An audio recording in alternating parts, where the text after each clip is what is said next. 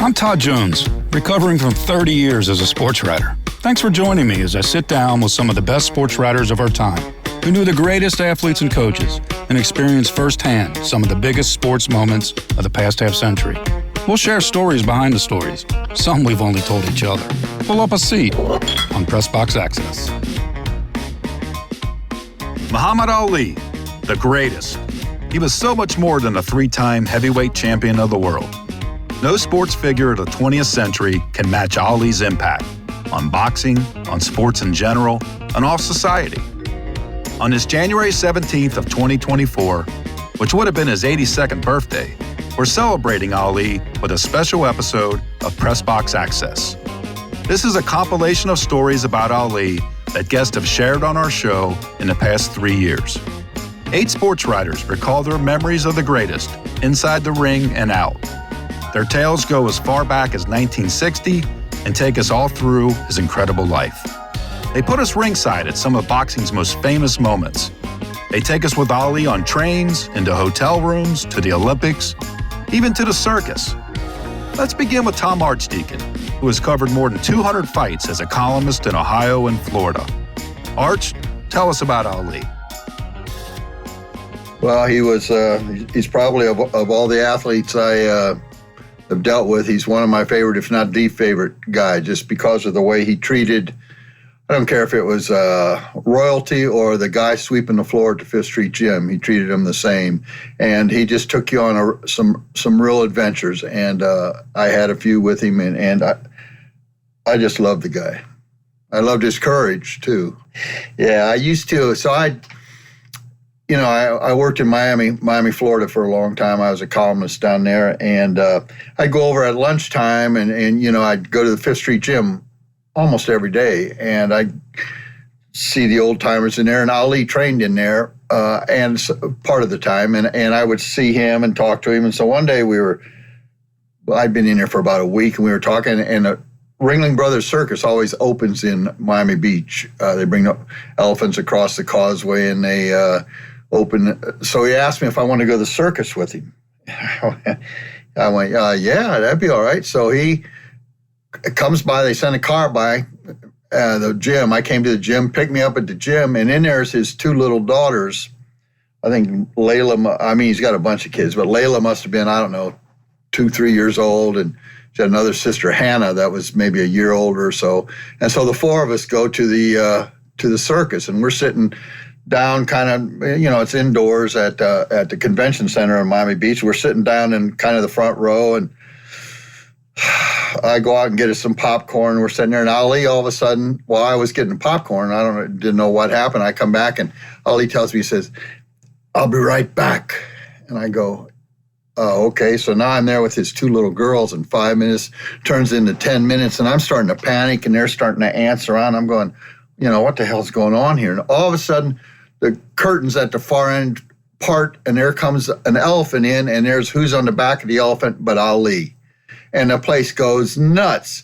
And they come over, and the little girls are squealing on, and they got a handler in front, and they come over to where we're sitting in the front box, and the guy has me hand one of the little girls over, and he puts her down on the ground. The elephant puts his trunk around her and lifts her up and brings her up to Ali. They set the next one up with Ali, and Ali, the little girls are waving goodbye to me, and Ali takes off with this. I never saw him again the rest of the night. That was going to the circus with Ali. You never know what's going to happen with him. But it was, years later, I covered some Ali fights along the way. A couple, not a lot, but I covered some, especially his last losses, but years later, I see Ali at a function at a junior college, and he's there, and he's walking kind of wobbly and things like this, and he sees me, and he motions over, and his voice was kind of a whisper, and he motions me to come over, and he goes, "You got old." And I go, "Well, you're pretty old. You look pretty old yourself." And he goes, "Yeah, but I'm still pretty."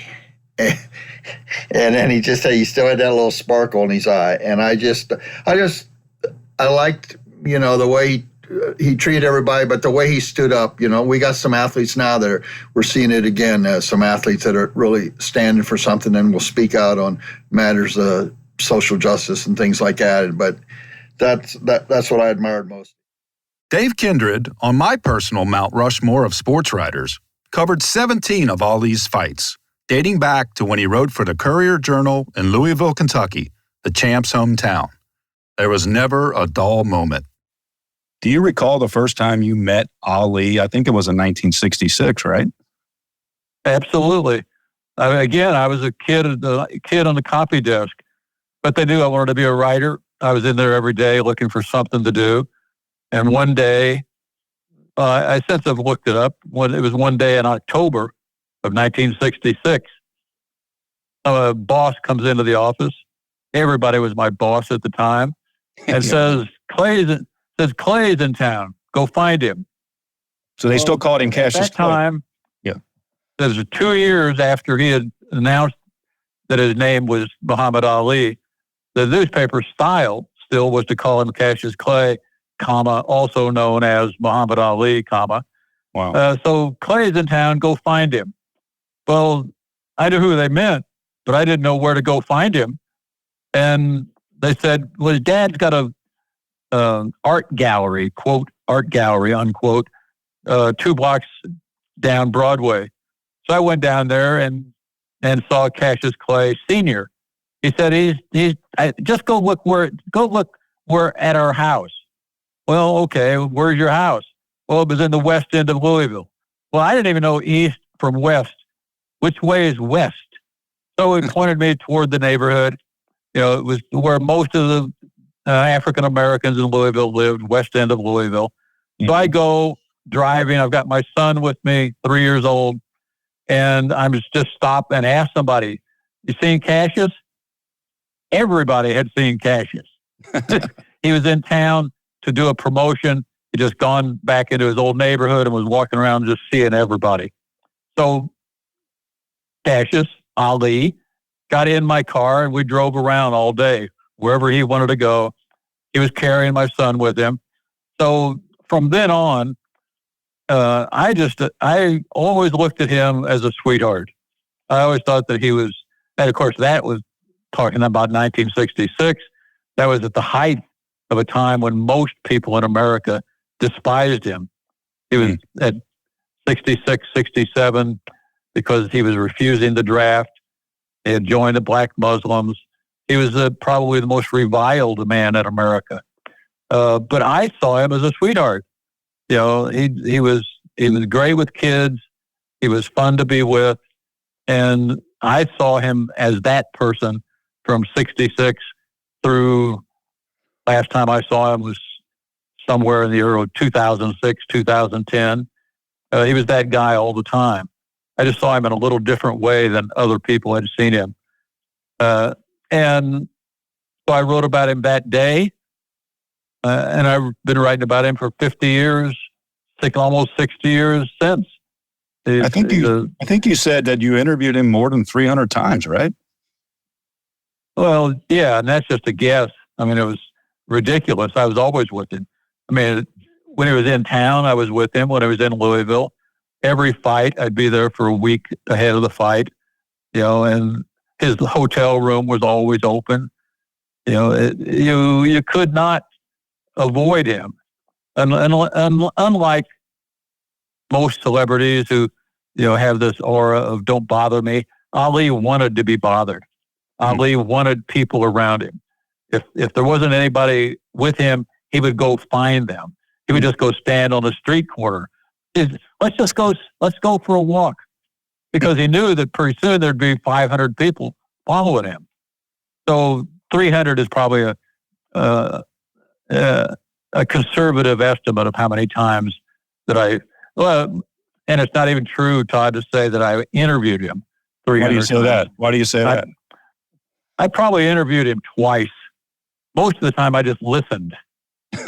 He just start talking. I mean, I don't know how many times I'd be in a hotel room with another 10, 15 writers, and he'd be declaiming on some subject. And he'd look at you and say, You getting this down? You getting this down, man? This is heavy, man. If you weren't taking proper notes, he would just stop until you caught up.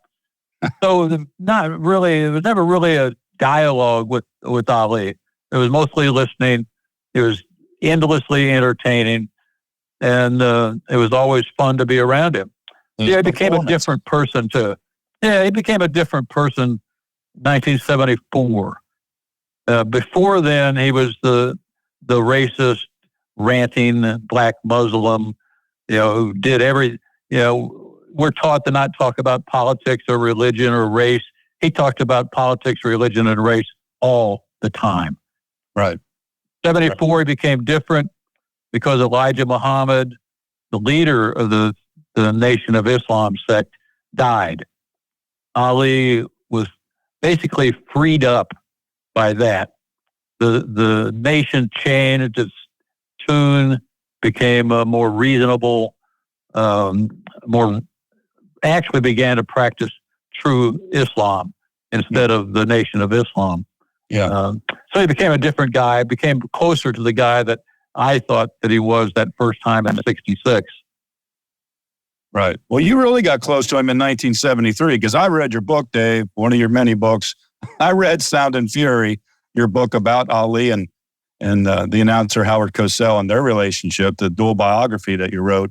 There was a moment in 1973 when, well, all right, you set the scene. It's in Las Vegas. It's a hotel suite. What the hell happened? Well, as I said, his hotel suite was always open.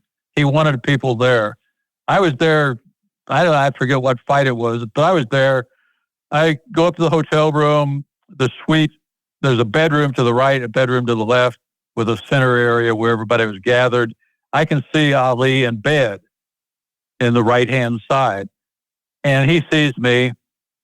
He waves at me, come on in, trying to do a column on his entourage. Well, he's in bed. He can't hear me. I can't hear him. So I get close to the bed, and he raises up the sheet of the bed, corner of the sheet, and says, get in. So I don't know what most people would do when the heavyweight champion of the world says, get in, but I did. And one of us was wearing clothes, and we pull the blankets up over our heads, and I do this interview, or I'm asking about his entourage. He takes my notebook and writes the names of his people working for him and how much money he's paying them each week. And we talk about whatever fight it is. We're like a couple little kids hiding from their mother, hiding from their parents under the blanket. They're supposed to be asleep, but they're talking. So I get done with the interview and I leave. I try to leave, and then I realize that Ali still has my notebook. So I have to go back and get my notebook, and then I leave. But yeah, I used that as an introduction to that book because it was a way of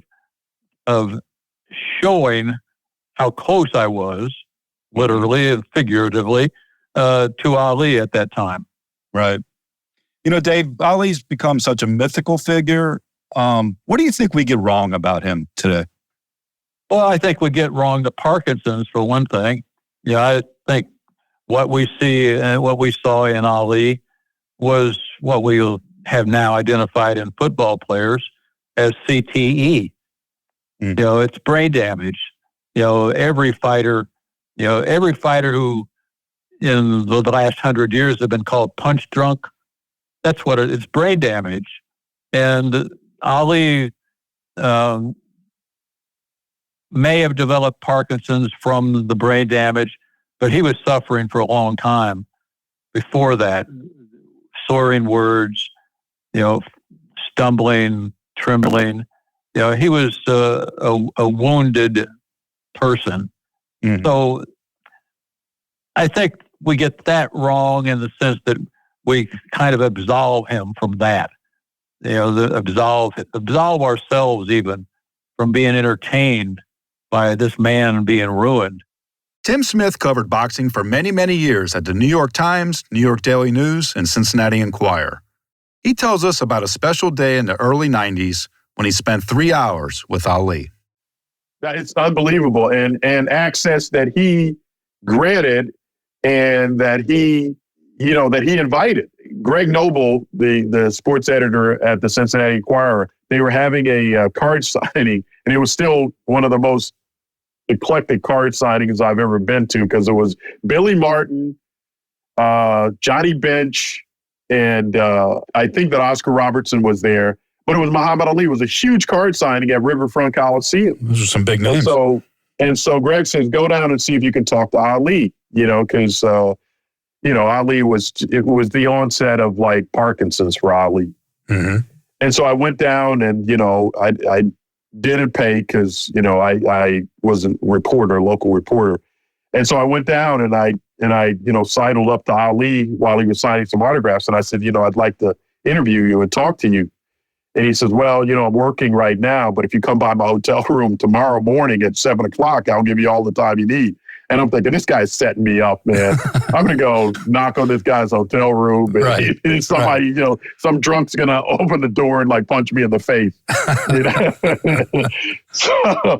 So I go to the hotel, and it's like some airport hotel near the Cincinnati airport. It was in Kentucky. And so I go and I knock on the door, and like Ali comes to the door, and he is larger than life.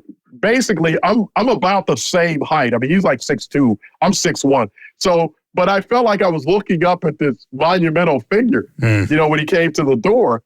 And 7:00 in the morning, he's fully dressed. I mean, he's got on like, nice shirt, slacks and everything, dress shoes. And he says, come in. And it's like a suite. So we're in the certain, in one part of the suite, he's like, my kids are sleeping in the other room, so we have to be a little bit quiet. And I was like, okay. Was Sam Weiss watching the kids?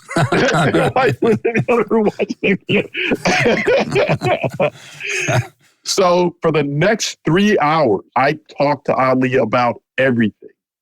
I mean, you name it, we talked about it. Fighting Frazier at Madison Square Garden.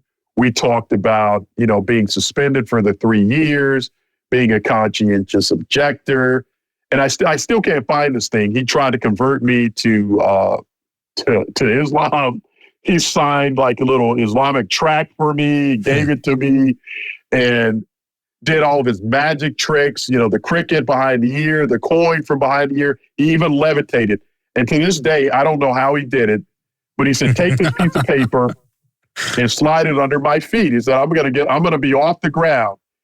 And I literally slid a piece of paper under his feet. He was not touching the ground.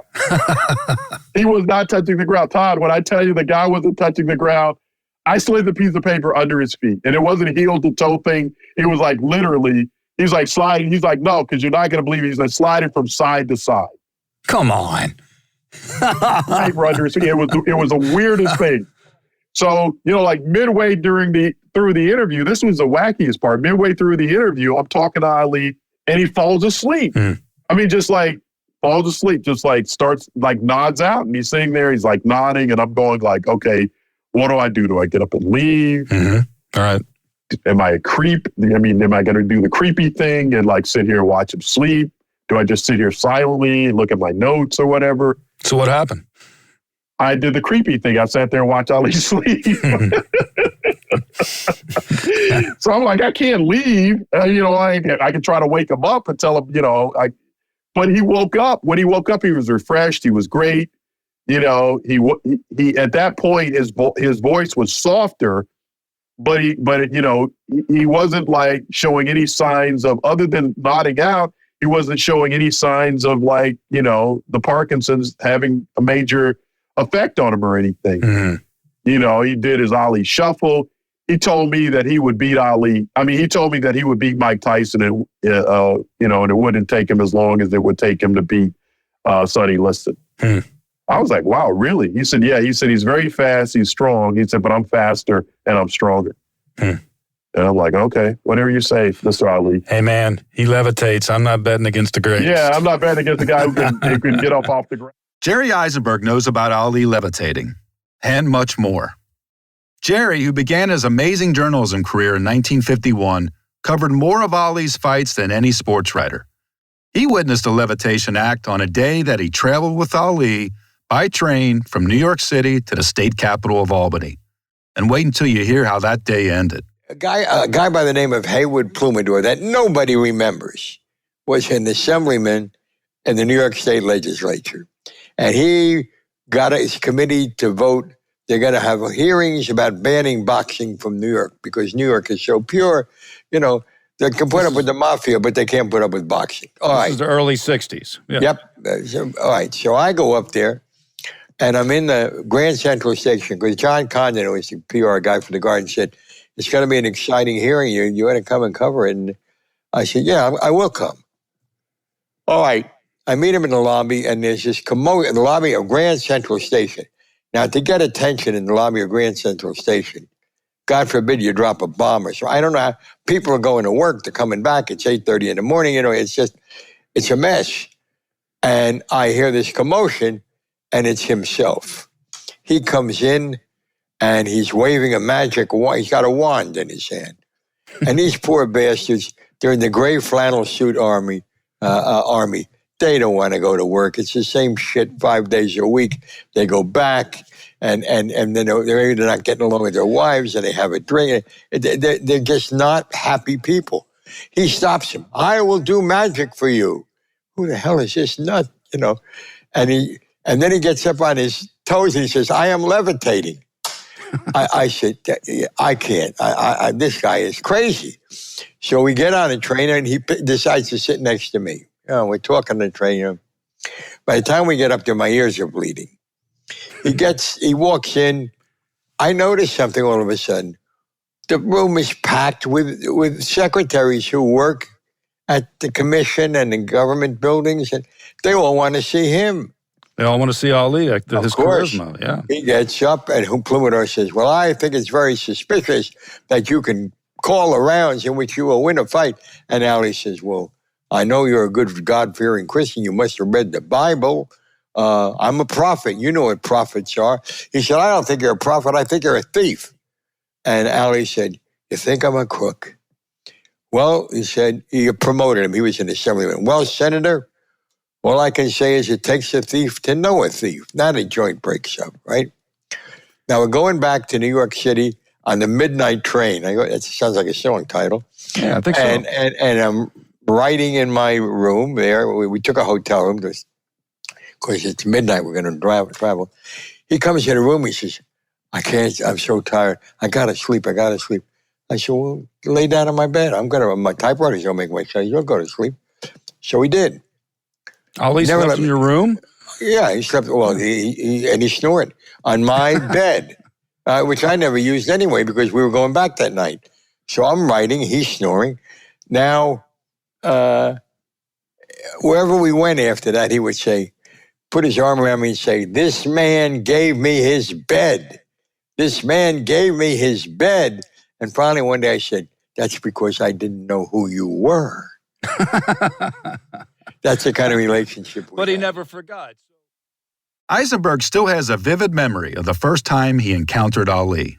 I met him in 1960 at the Rome Olympics. Just a skinny kid from Louisville. Oh, I didn't even go to his fight. He won a big deal. He won the light heavyweight championship of the Olympics, which is like being a Apache rain dance chief today. You know, it didn't mean a thing. Right. But he's sitting on the steps in Rome at the Olympic Village, and he's got the medal and he's holding it up, and athletes are walking by above him, you know, on a kind of a street. Mm-hmm. And he's yelling, this is the Olympic medal, like they didn't know. And like half of them didn't have it. And he's saying, this is going to make me the greatest fighter in history, the greatest of all time. And I didn't pay attention to it until I noticed something. What? Most of the people who walked by couldn't understand what the hell he was saying. They didn't speak English. And I noticed these three girls stopped after he was speaking and looked over their shoulders, stopped, and took a second look at him. And I said, there's something about this guy I better not forget. Mm. I mean, that's who he was. I mean, he was a very handsome guy, and he was brash, and I didn't pay attention to him, and he kept calling me on the phone when he got back, because Angelo Dundee kept putting him up to it. If we can get him in a fight, if we can get him to come see one of your fights, we're okay. Well, Dundee was trying to get fights through you. Well, not get fight. He was trying to get publicity. He wanted me to come to the fight. Right. So Ali calls me from Pittsburgh, and he says, "You got to come to Pittsburgh Thursday." I said, "First of all, it's snowing in Pittsburgh right now. I don't like to stop for gas in Pittsburgh. Why would I come to see you fight a former professional football player who can't spell fight? Why would I come there to see you do that?" He said, "Because in the fourth round, I'm going to up there." I said, fine. Call me some other time. I'll talk to you. I got to go to work. He calls me back after he knocks out Charlie Powell. And I'm thinking, I ought to go see him once, right? As luck would have it, the first time I actually saw him in person, no television, no nothing, fight, was Doug Jones. And I thought he lost the fight. Yeah, Doug Jones knocked him down, right?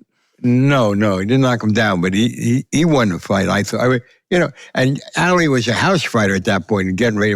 Well, the fight was not good.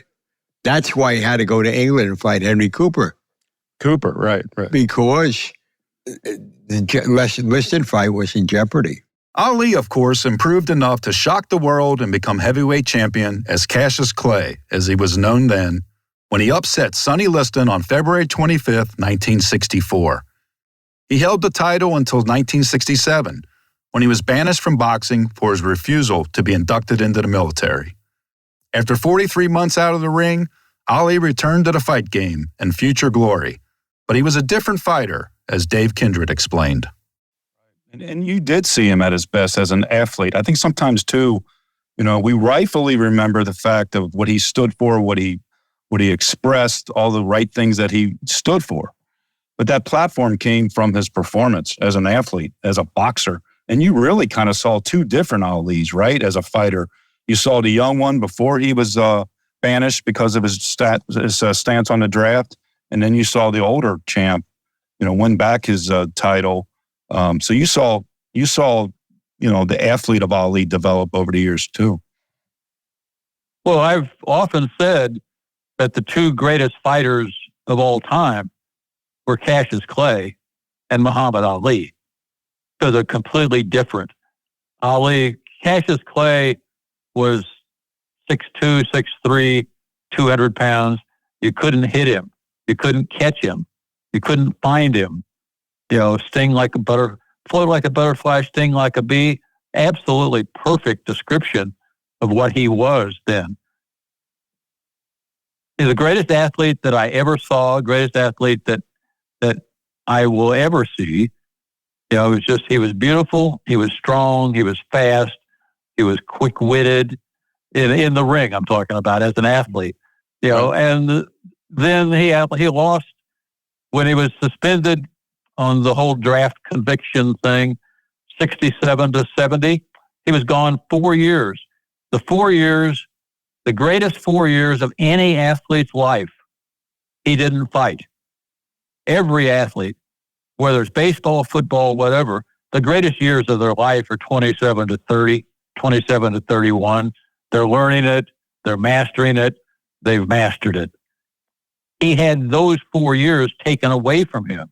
So he came back as a different fighter against Joe Frazier the first time. It was a great fight, greatest fight that I will ever see. Vito Stellino was ringside as a reporter at Madison Square Garden that night of March 8th, 1971, when a champ, Frazier, defeated Ali in the fight of the century. What I remember the most is that my assignment was the Muhammad Ali press conference after the match, which was the coveted assignment. I wasn't really a boxing writer, so but that was the thing to cover because he was such a, Muhammad. He was Muhammad Ali, and he was going to say all kinds of things, and so I'm looking forward. Right, to you it. weren't going to be lacking for quotes that night, Vito. That's for sure. Well, Muhammad took such a beating in that match that he did not come out for the press conference. So instead of Muhammad, we got Bandini Brown. So I went from having what would have been a great story to a press conference with Bandini Brown talking about the fight. And I don't think people remember that now, that Muhammad didn't even, come up for a press conference, which was so unusual for him because he loved the spotlight. Right. But as I say, he may have fought him too soon. The 3.5 years, he was rusty. And the amazing thing is he came back and won the other two. Exactly, yeah. But actually, of course, then he kept fighting, and the toll it took on him, and it actually, in the end, became kind of a sad story. Yeah, but, sure did. I mean, you think about that fight was so brutal that Frazier, the winner, was immediately taken to the hospital. And he was the winner. Yeah, it was just amazing. They went 15 rounds then, and he finally knocked Ali down at one point, I think, late in the fight. But yeah, it was just brutal, and it was such an event. But on the other hand, yeah, all these second thoughts about the price those guys paid for those 3 fights. Right. So, and of course, now boxing, nobody even knows who the heavyweight champion is. Dave Kindred also covered that epic fight and shared his memories. Well, it was Ali's third fight back. The first one was against Jerry Quarry in Atlanta, kind of a warm-up, knocked him out in the 7th round. Then he fought Oscar Bonavina, who was a great fighter in his own right, unrecognized at the time. 15 rounds, Ali won the decision, or knocked him out, really technical knockout in the 15th. And then he comes to Frazier. Frazier was a fierce fighter. Frazier was probably the greatest fighter of his time, except for Ali. I was in the first row, ringside, just opposite Ali's corner. Third or fourth round, Ali is on the ropes, leaning backwards, and looks down at me. We make eye contact. I don't think he knows who I am. I'm just a guy sitting at ringside, but he's doing this no contest. Meanwhile, Frazier is just wailing away at him, and Ali gave away 3 or 4 rounds early, so he was not going to win a decision. He was going to have to knock him out, and he wasn't going to knock Frazier out that night. It was an amazing fight, an amazing athletic contest. But it was, what is that, 51 years ago. I can still see it. Frank Sinatra's in the front row, right? Taking photos. He was on the other side of the ring from me. I didn't have any conversation with Sinatra, but I did see him. And one of the mysteries is, where was Howard Cosell that night? I did this book, Ali and Cosell, but Cosell, of course, didn't work the fight, but he claims he was there, but I never saw him. Because Don Dumpty did the call, I believe. Yeah, it was an amazing night, although in my mind, Todd, it's second to the Quarry fight in Atlanta night. Really? That night was the most amazing congregation of people that I had ever seen. Well, put us there. Tell us all about it, Dave. Put us there. It was wide-brimmed hats, brimmed with purple ermine. There was yellow robes with gold trim, and it was high heels and sequins, and those were the men. I was going to say, women were even more beautiful. Everybody showed up. It was like Halloween in Harlem or something. They all were there. Everybody, every black person in America came to Atlanta that night. Diana Ross was in Ali's locker room afterwards. It was an amazing congregation of people, the likes of which New York could even represent what had happened in Atlanta that night. It was an amazing thing. The king, Mr. T was working for Ali there. He was a bodyguard, right? Anyway, yeah, not doing a very good job of describing that. I'm trying to restrain myself, but it was just an amazing thing. Greetings from Evergreen Podcasts. We're rolling out a listener survey, and we want to hear from you. The information in the survey will help us gather statistics and in turn make our shows more appealing to advertisers. I know most people don't like ads, but this is one of the only ways our shows make money and help keep their lights on. We promise it will only take a few minutes, but the impact on our podcasts will be tremendous. As a token of our appreciation, we'll randomly select one lucky participant each month to win an exclusive merchandise package from Evergreen Podcasts. Head to evergreenpodcast.com/listenersurvey to help a show and possibly get some free stuff for doing so. We can't thank you enough for the support. Now back to the show.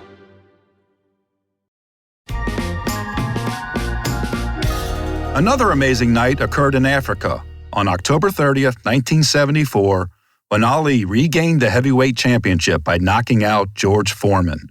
It was the Rumble in the Jungle.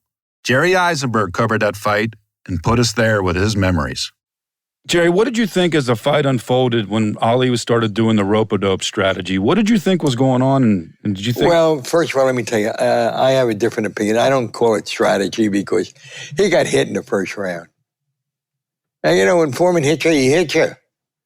So he went to the ropes to figure it out. Well, he's standing there like this, trying to say, all right, now what am I going to do? Because that's the way Ali thought. And Foreman is winging these punches. He's going to get through these two gloves. Going to get through the two gloves. I mean, you couldn't get through there with a mortar because Ali's holding his hands. I mean, he doesn't hit him in the stomach. He's going through the two gloves because he was stubborn. And he admitted that to me years later. Ali says, well, this is not so bad. Let him punch himself out. The arms are heavy, big muscles. You punch like a girl. Boom, boom, boom. You still haven't hit me. Boom, boom, boom. You could hear Ali. Could you hear Ali saying that? No, but he told me that later. Yeah. And Foreman told me that. Foreman told me he came up to him before the fight and said, you punch like a girl. And Dundee and the Brain Trust is yelling, get off the ropes, which I probably would have yelled if I were a corner man, get off the ropes. By the fourth round, Ali realized he wasn't getting off those ropes. Came and said, everybody here, shut the hell up. Just shut up. I know what I'm doing. Because Angelo was a great PR man, and Angelo was a good trainer, not a great trainer, but he was great during the fight. Mm-hmm. You know, the guy's doing this, you should do that. That's when he was really earned his money. Ali trained himself as far as, do I want to box today? Do I don't want to? Okay, so now the punch is coming. All during the fight, Lisker, by that time, Lisker hadn't taken over the New York Post yet. Mm-hmm. He was the sports editor of the London Sun because Murdoch wound up owning both papers. So he's got to broadcast a blow-by-blow to London because it's a shorter time frame. He's dictating during the fight. Yeah, exactly, because they're going to get it in the paper, they're going to get it extra out. And I said, what are you doing with the phone? He said, well, I'm going to do this. I said, yeah, the phone's not going to work. This is the morning of the fight. It's not going to work. Nothing works here. Don't you understand that?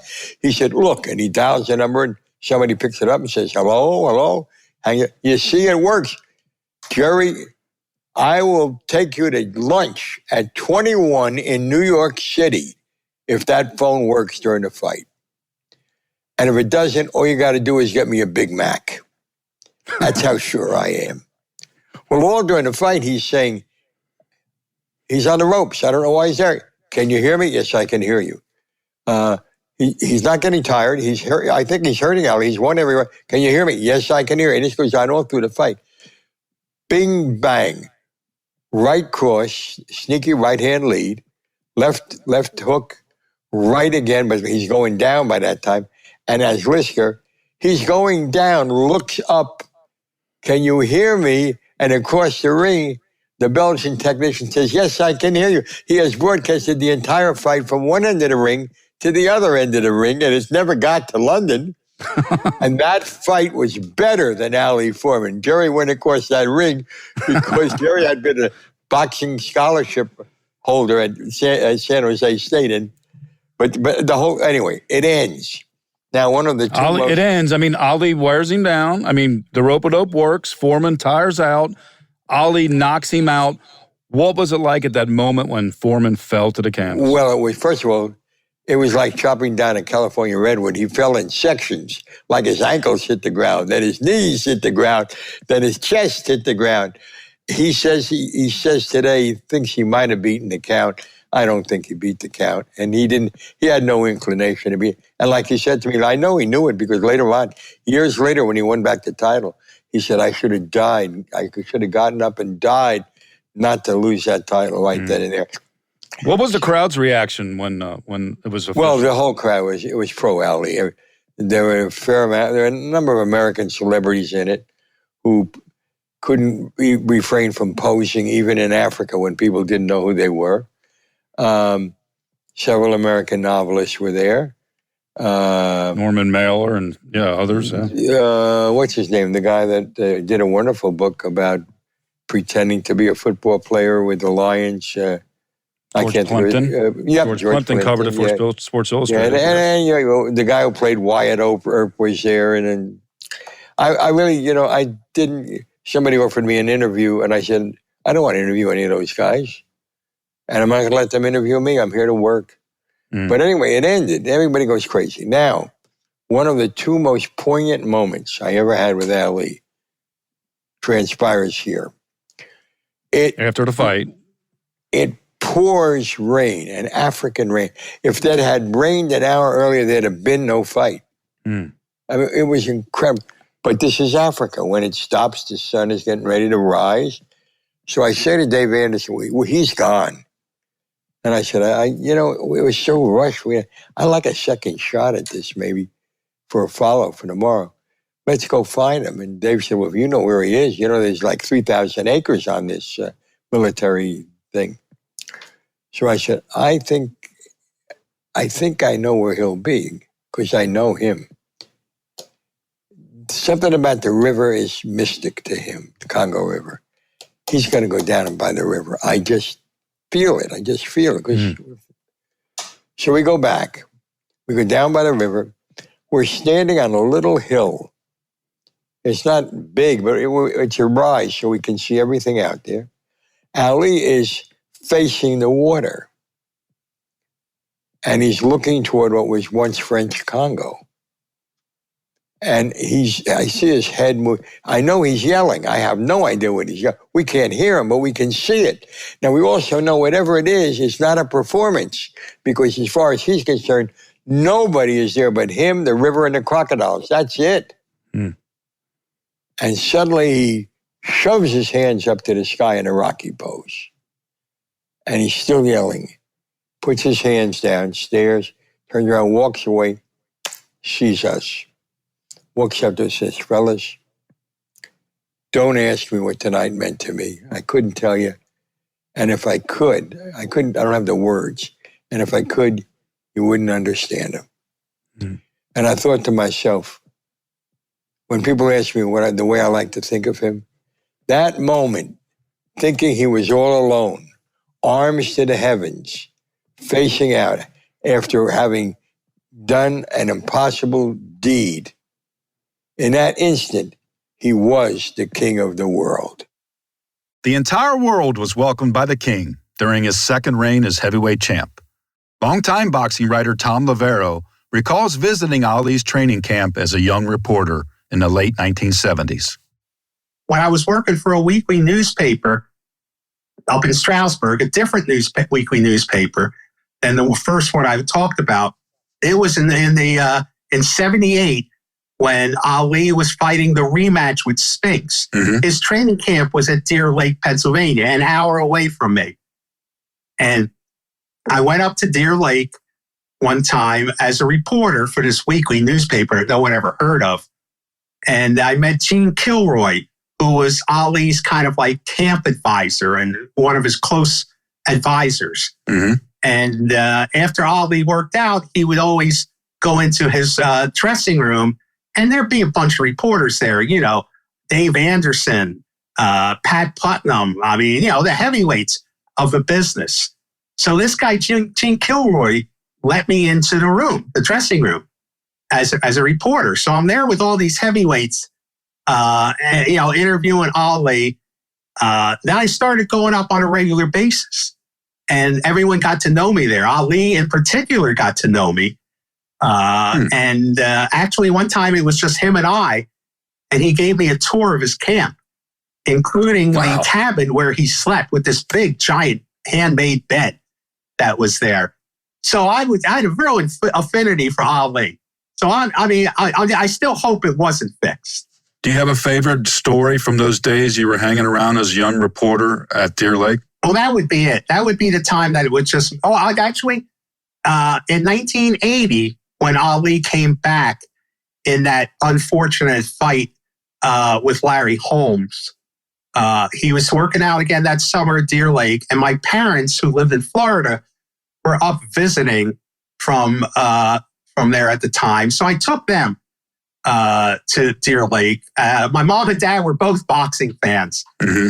And when I was growing up, my mom was not an Ali fan. Like most of her generation were not. She didn't like the big mouth. She didn't like the dancing in the ring the most. She didn't like that part. So after Ali's workout, and the workout's open to everybody. It was remarkable back then that, you could just wander in the camp and watch this guy train, and he would talk to the crowds and stuff. And so after his workout, sometimes he would come out and meet with people, and sometimes he wouldn't. So my parents and I were all waiting outside his dressing room. We're a crowd of people, and nobody knows if he's coming out or not. And time is going on and on. So my mom reaches into her pocketbook, pulls out this article that I had written about Ali from the previous couple of years. I had no idea that she had it, but she carried it around in her purse. I love it. A lot of moms, she had like a scrapbook of everything I had written at that point. Right. So she starts yelling, "Yoo-hoo, Mr. Ali! Yoo-hoo, Mr. Ali!" And he comes out, and she says, "My son wrote this story here about you," and he recognized me right away. So he's looking at the story, and he says, "Did you write this?" He says, "You're not as dumb as you look, are you?"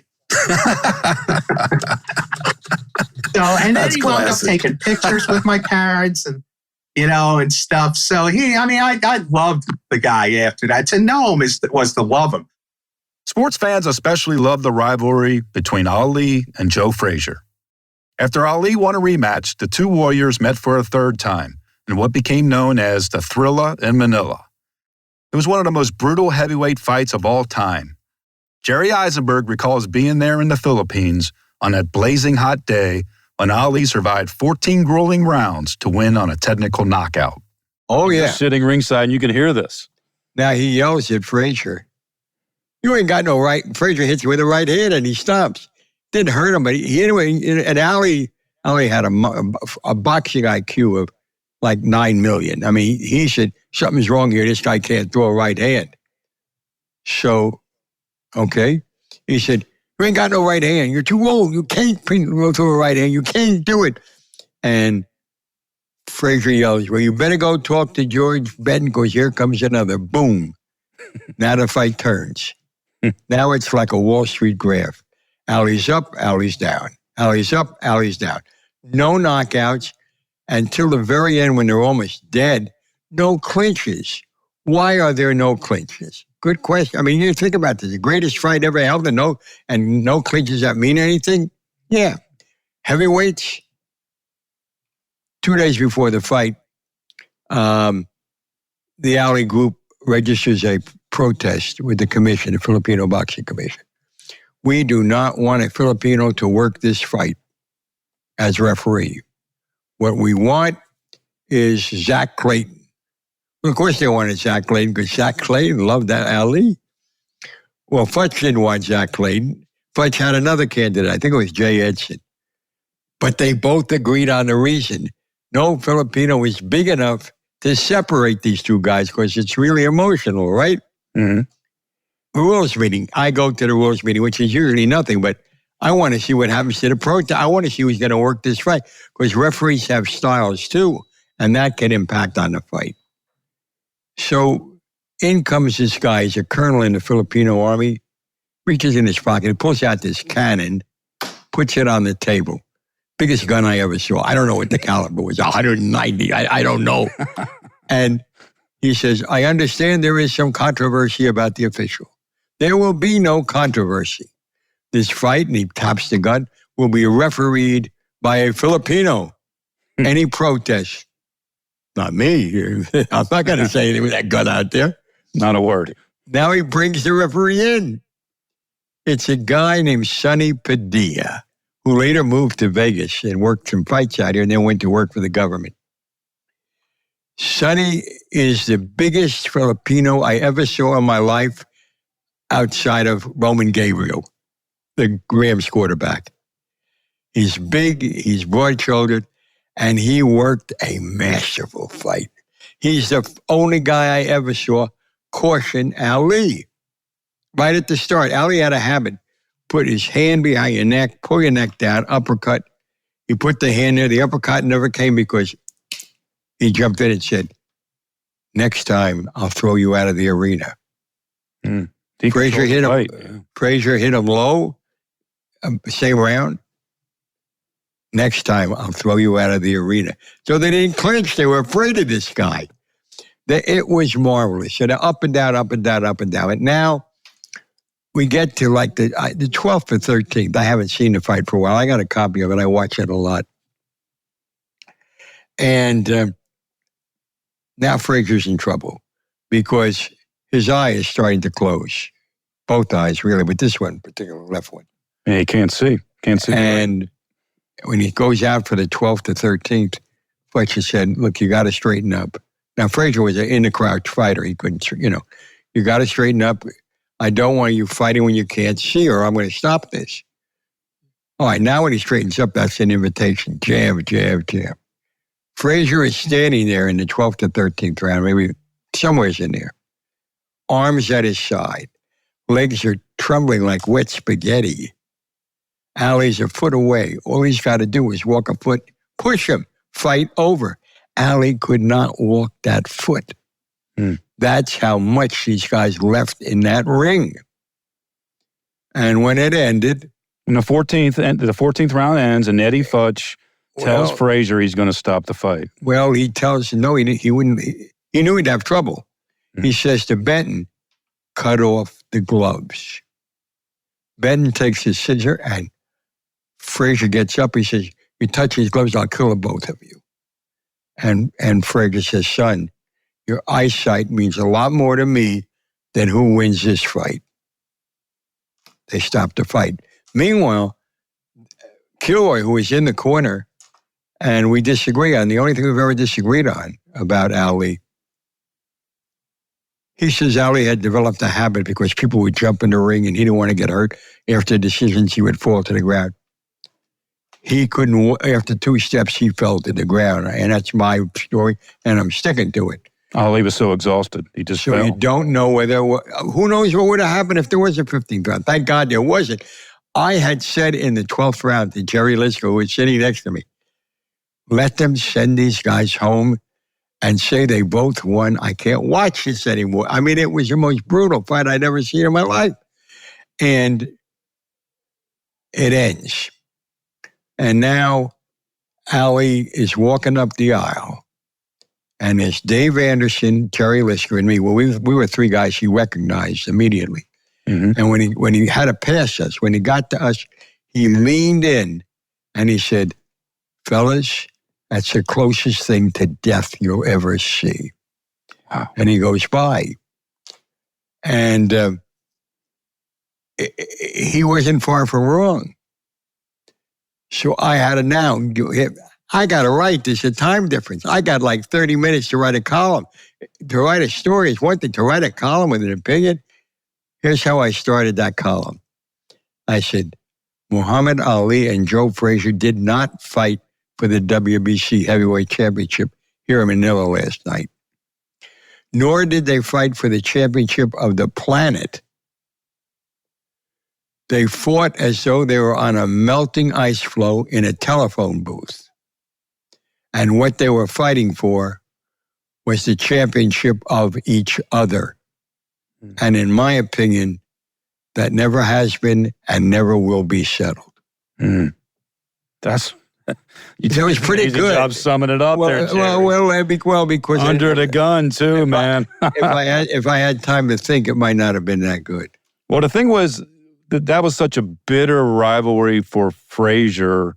It never really his bitterness about Ali never went away, right? Like 25 years later, Ali didn't Ali ask you to tell Frazier? Well, they had a phony reconciliation at one point, but it was phony. 25 years after the fight, I'm saying, still the best fight I ever saw. And I've seen a few thousand fights. Okay, I'm going to do a retrospective 25 years later, see if these guys change any opinions.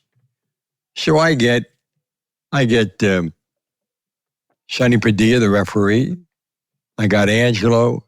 I got Eddie Futch. I got a couple of other people, and I got the fighters. Now, first I call Ali. He says, I don't know why he's mad at me. I said, Muhammad, you know Marvis. You've seen him grow up. Marvis came home from school crying. Joe's son, Marvis. Yeah, because they were calling his father a gorilla because of his father saying, "Oh, it'll be a Thrilla and a chiller when I get the gorilla in Manila." And his son was in tears. How do you expect him to think about you? He said, "Well, that wasn't my intention. I was trying to sell tickets." I said, "My old man taught me never bullshit a bullshitter. You weren't selling tickets. Those tickets were gone. And sorry, but you owe him an apology." He said, "Well, you got to talk to him?" I said, "Yeah." He said, "Right after I hang up this phone, I'm calling him. And I'm going to tell him everything you said." He said, "Okay, you tell him," I said, "if Marvis was really hurt, I'm sorry about that. It was never my intent to hurt his family." I said, "I'll tell him." I call up Marvis, and before we go into it, I tell him what I'm going to do, and he says, "You speak to him yet?" He would never say Ali. "You speak to him?" I said, "Yeah, I spoke to him." And what did he say? This is Joe you're talking. Joe is Joe. Yeah. What did he say? And I told him exactly what he said. He said that, exactly that. I said, "Absolutely." Was he sincere? I think he was. Call him back when we're done and tell him, take his apology and shove it as far as it will go up his ass. That was 25 years after the fight. Now, Ali was still alive, but couldn't speak years later. And I go to the boxing writers' dinner. I'm getting some kind of phony baloney award or something. And at the table next to me and my wife is Joe Frazier. He leans over and he says to me, "You hear him today? You hear him try to talk? That's somebody up there giving me justice." Wow. He went to the funeral. I mean, no, he didn't go. Ali went to his funeral. That's what would happen, yeah. But Ali was convinced he knew he went too far, but he was having such a good time. And the world was having a great time. The gorilla, Manila, they loved it because they didn't think it was going to be any fight. Yeah, they didn't see the pain it caused Frazier. Oh, no, absolutely. The fights took a toll on the aging Ali. He lost the title to Leon Spinks, then regained it in a 1978 rematch at the Superdome in New Orleans. Tom Archdeacon has good memories of covering that Ali fight, but his memories of working the bouts that followed are only sad. And which was a grand night. I mean, there was, it was in the Superdome, there was, over 60,000 people or something, and it's just Joe Frazier sang the national anthem, and there, ringside there's Sylvester Stallone and John Travolta and Liza Minnelli, all these people, and Ali comes in, and Ali had been beaten by Spinks 7-8 months before that on a split decision. So he got in there, and he had trained pretty hard for this, and he got in, and he was just kind of like the Ali of old a little bit. He kind of controlled this young kid, and even there was times I can remember where he broke into the Ali shuffle, and this was, he was in, he must have been 35, 36 years old then. Spinks was a lot younger, 11, 12 years younger, and he won a unanimous decision that night, and it was like the whole crowd, it was almost like they just converged on him as he went out of the arena, just everyone followed him, and it was, I can remember through the fight, Angelo Dundee, who was my friend from Miami, started Ali's trainer, and he started kind of taunting Spinks during the fight, going, he would yell across the ring, going, goodbye, Leon, and it was just, and that's what it turned out to be. And I was close. I was probably in the second row of the sports writers, So I was up real tight, But I mean, I also talked to Dundee about it afterwards. But then I had I covered him two fights he never should have had. The Holmes fight in Vegas, and then the last fight when he fought Trevor Berbick in Nassau, Bahamas, and that was just a terrible travesty, And, it was so sad. He was just a ghost of himself when he came out. The whole production was screwed up from start to finish. I mean, it was like an amateur hour, and they forgot to open the gates. The crowd was outside, and they couldn't break. The gates were locked, and they couldn't get the crowd in. And then finally, people started crawling over the walls. And finally, he comes in. There were several other pretty good fights on there. Ernie Shavers fought. A bunch of different guys fought on the card. But then when he came out, he didn't even look himself, and he's fighting Trevor Berbick, a young guy, kind of unknown then. And Berbick, this was his hero. Berbick didn't even want to hit him at the end, And it was just, and it was hot that night, and it was outdoors. It's like when you see these guys that, it's like ending at some circus in some, dusty town or something like that. I remember after the fight, he's sitting, I always remember this scene. I got in the dressing room right afterwards, and John Travolta is there kneeling at Ali's. It was a surreal scene. Travolta's kneeling in front of Ali, holding his hands, weeping. and Ali's consoling him, So it was just, he was crying. He was on his knees in front of Ali, holding his hand. And it was just a sad scene and then finally, Ali retired after that. But and then I'd see him around. He didn't come around Miami much after that, But so those were the two, and the Holmes fight was just a shell. Yeah, no, he had done something to lose a lot of weight, and it just is, he had no sweat that night, and he just wasn't himself. Jerry Izenberg shared a poignant story from covering Ali's loss to Larry Holmes in 1980. The Holmes fight was a horror. Right, in Vegas. I was in Ali's room the night before the fight alone, the two of us. Then he said to me, who are you picking? I said, Muhammad, listen to me carefully. I didn't come here to talk about the fight. I came here to tell you, I would think this might be your last fight. And like everything else about him, I was wrong. He fought one more time. And I just want to tell you, we had a hell of a ride, didn't we? He says, it ain't over. He jumps up, rips his shirt open, buttons flying. He stands here, arms like this. Son of a bitch, he looked like he did the night before he fought Liston. He said, now what do you think? And I said, Muhammad, you could have done that in the European health spa. What I didn't know was he'd been taking diuretics for a month. He was so weak when he got in the ring, he could barely lift his arms. I didn't know that. After that fight, which was horrible, one of the most unprofessional I like to think it was the only unprofessional moment in my life. But by the 5th or 6th round, he hadn't thrown a punch, in my opinion. And I'm yelling, I jumped to my feet and I yelled to Richard Green, the referee, Richard, stop the fight. You're going to get him killed. And then I sit down and realize what I'd done. I mean, how unprofessional is that? And they stopped the fight 2 hours. And by the way, for your listeners' information, it wasn't Angelo Dundee who stopped that fight. It was Herbert Muhammad, the manager, who was sitting 5 rows back and got a gopher and said, go down here, you tell Angelo, this stops now. Yeah, what a horrible night when. All right, now when Holmes beat him. Yeah, I gamble, I lose because naturally that's why these buildings in Vegas still are standing. I sneak into the because I go. They make the guy at the door knew me.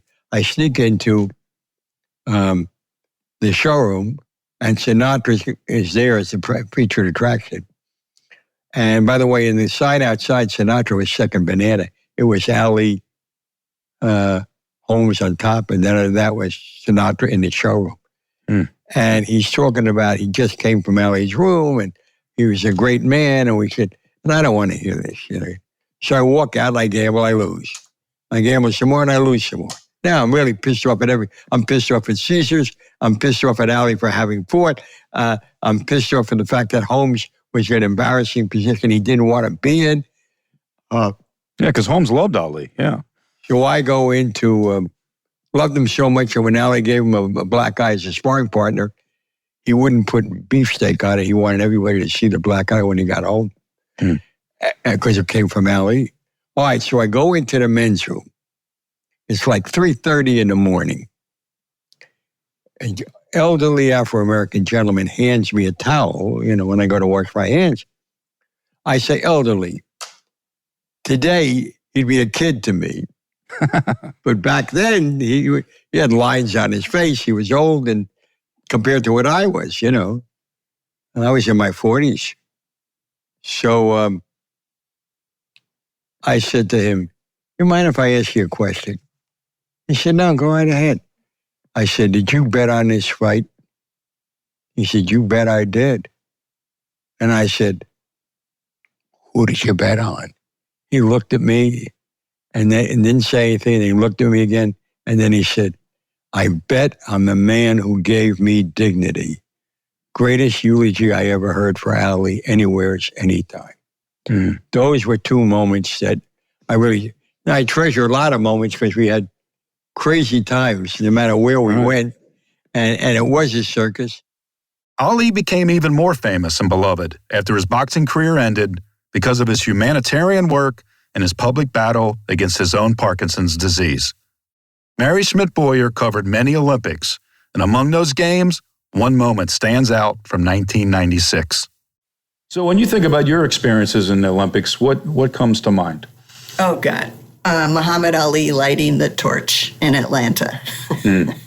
I was sitting with my good friend, Don Burke, he was with Newark, I believe, at the time. And, everybody had been rumored, and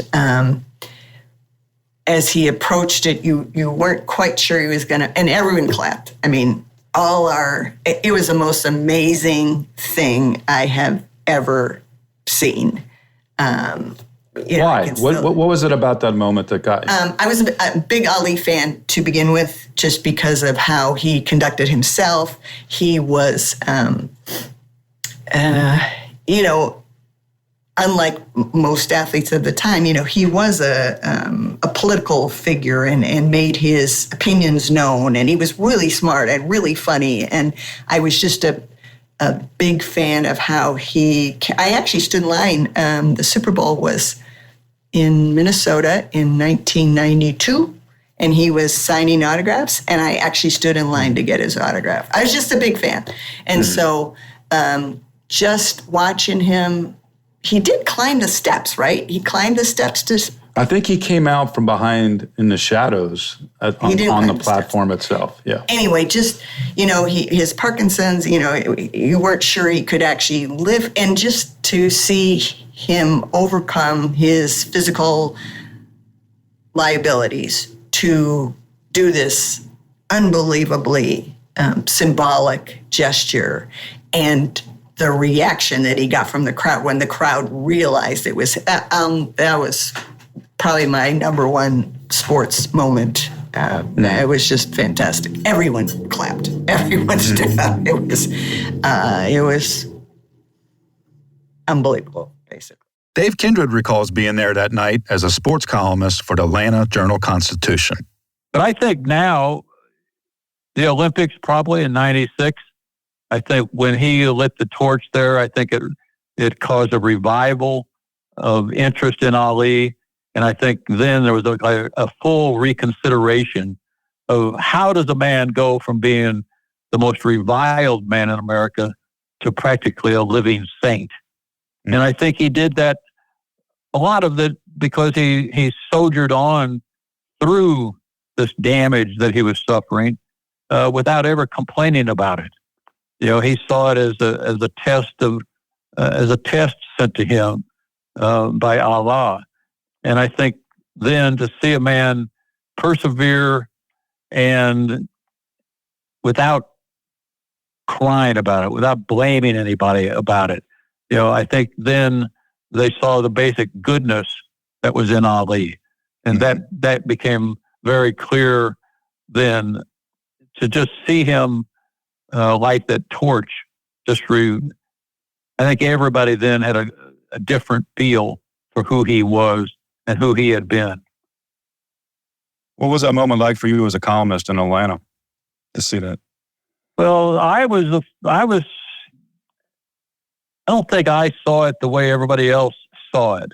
I was fearful for him. You know, I didn't know it was going to happen. You know, I had no secret information about it. But when I saw him there, literally, Todd, I don't think I wrote this, but literally it was, my God, what is going to happen? Because he was holding the torch, but he was trembling so much. And I'd seen him tremble in other instances, but I'd never seen him standing on top of a tower holding fire in his hand. And I could see that he couldn't do what he wanted to do. And I could see that, you know, when he got nervous, anytime he was nervous, he shook more. And he was really shaking then. I thought he was going to drop the torch. I fear he was going to drop the torch and light himself on fire. And then you could see the fire coming up the torch onto his arm. And they would still get emotional about that, because everybody else was just in awe. But I don't think they saw the trembling. I don't think they saw that. They may have seen it on replay. They may have suddenly noticed it, but I noticed it from the start. It seemed like 15 minutes before he could put that torch where it was supposed to be. It was probably 15 seconds, 20 seconds, you know, but it scared me. But everybody else, I saw it everybody else saw it, and I did too, really, at bottom. I was just scared at the moment. It was just a great moment in his life. It was a great moment in America's life, you know, for this man to be forgiven, you know, by people who had despised him. To of course, now he was defenseless. Now he was helpless. Now he was not going to hurt us anymore. So all was forgiven. But it was a great moment that everybody, I think, whoever knew Ali, everybody who ever saw him at his best, would remember forever. I certainly will. Any moment with Ali proved special for the writers fortunate to be around him. That was true for George Diaz, a longtime Florida boxing writer and a former colleague of mine at the Cincinnati Post. And it was true for me, too. We'll close this special episode with George and I sharing our own encounters with the greatest. Spent a lot of years covering boxing major championship fights, and I know you came across a lot of characters in that field, including the great Muhammad Ali. When did you cross paths with Muhammad? I crossed paths with him several times. It was all after he had retired. I'm old, but not that old. So one time it's just a few times in Miami Beach, down at, it was, I don't know, it was at the Fifth Street Gym. I remember being at a hotel. Another time was in Japan for a fight, for the Tyson fight. It was there for the Tyson Tubbs fight. But my best and closest encounter with him was when I was at the Post.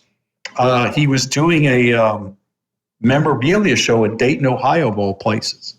So got my boxing contacts. I got it squared up that I would go there, and it's as we like to say, it's a room service column when you got Muhammad Ali in the mix. So I was just going to go down there to see what I could get, and of course I was going to hope to be able to talk to him a little bit. And so the guy tells me, his manager goes, "Well, we're going to go back to the hotel. So why don't you ride with us to the hotel?" Sure. Why not? I'm in, right? And fortunately, I would have worked it out one way. I don't care why. I would have gotten in that cab, in that van, no matter what. But I had my car with me. But my girl I was dating at the time, she was with me, so she was able to drive my car over there. And actually, she came up with me, and I talked with him a little bit on the in the van. And he's had Parkinson's, but he still has this majestic presence about him, despite that disease, or he had anyway. And then he came up and he did a couple of magic tricks. They were the silly stuff he used to do, pretending he was levitating and all that. But it's kind of neat. You have Muhammad Ali doing magic tricks for you in a whatever room, whatever it was at the Holiday Inn in Dayton. I didn't have that in my career bingo card at any point. I actually went to it might have been the same year, because I was at the Cincinnati Post too, but there was a symposium about Muhammad Ali at Miami University in Oxford, Ohio. And I went to hear Robert Lipsyte from the New York Times speak, and Robert was speaking for about 10 minutes in this little classroom. There's probably a dozen of us in this classroom listening to Robert Lipsyte. And about 10 minutes in, the door opened, and Muhammad Ali walked in. Oh, my gosh. And it was like everybody just stood up, like we were just overcome by this like totally unannounced, appearance by Ali. And I'll never forget, he squeezed himself into this little like student's desk, and he listened to Lipsyte for a while, and he actually signed Qurans for us. That's the only time I ever got an autograph, because I figured I wasn't working that night, and I'm going to get one. I still have it. So Ali could just, like magic, right? Like he's doing magic for you. He could just appear magically in places where like, oh my gosh, it's Ali, and he just walked into a room. Thanks for listening to Press Box Access. You can find us here with a new episode every other Wednesday. If you enjoyed this episode, please be sure to subscribe and follow us on Apple Podcasts or on your favorite podcast app. We'd love for you to review us. 5 stars would be nice. Follow us on social media. Drop us an email at pressboxaccess@gmail.com. And be sure to spread the word. Everyone is welcome here. This has been a production of Evergreen Podcast. A special thank you to executive producers Michael D'Aloia and Gerardo Orlando, producer Bill Huffman, and our audio engineer Nathan Corson. I'm your host, Todd Jones. It's closing time. Rock on.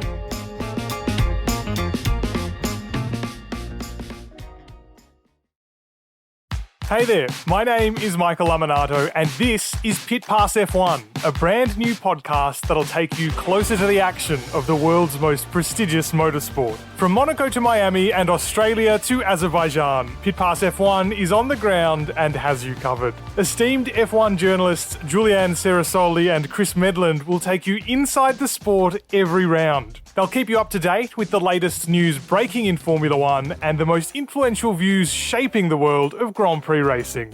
Every Friday, we'll be bringing you a track guide and race preview, and Chris and Ju will be in your feed every morning from Saturday through to Monday to keep you up to date on all the day's action on and off the track.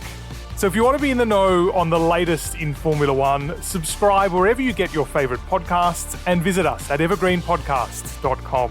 Pit Pass F1, a brand new show for Evergreen Podcasts.